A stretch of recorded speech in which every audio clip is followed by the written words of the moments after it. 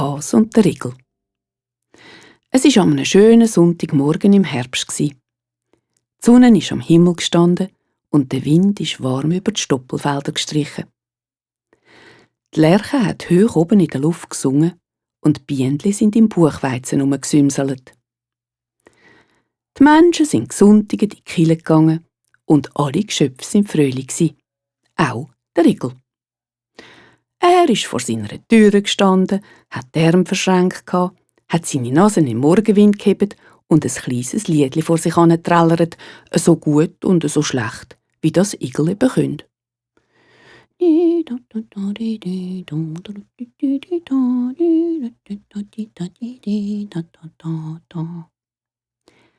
Als er so vor sich hin gesungen hat, ist ihm auf einmal in den Sinn gekommen, er könnte doch in der Zeit, wo die Frau die Kinder wäsche, ein bisschen am Feld noch spazieren und schauen, wie es auch mit den Kohlräbli steht.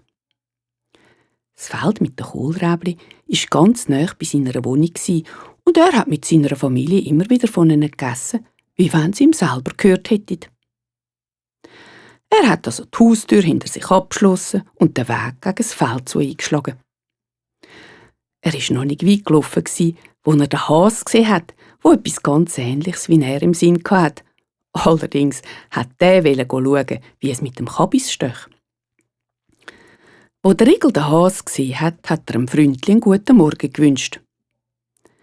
Der Hase aber, der hat gemeint, er sei etwas mehr Besseres.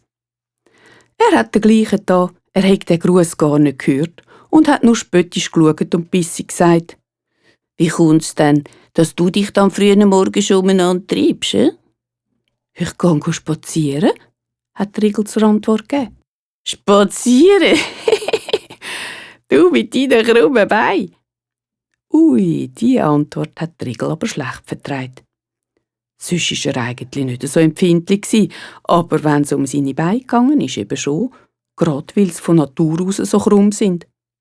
«Meinst du etwa, du könntest mit deinen Beinen mehr ausrichten?» hat er ziemlich pikiert herumgegeben.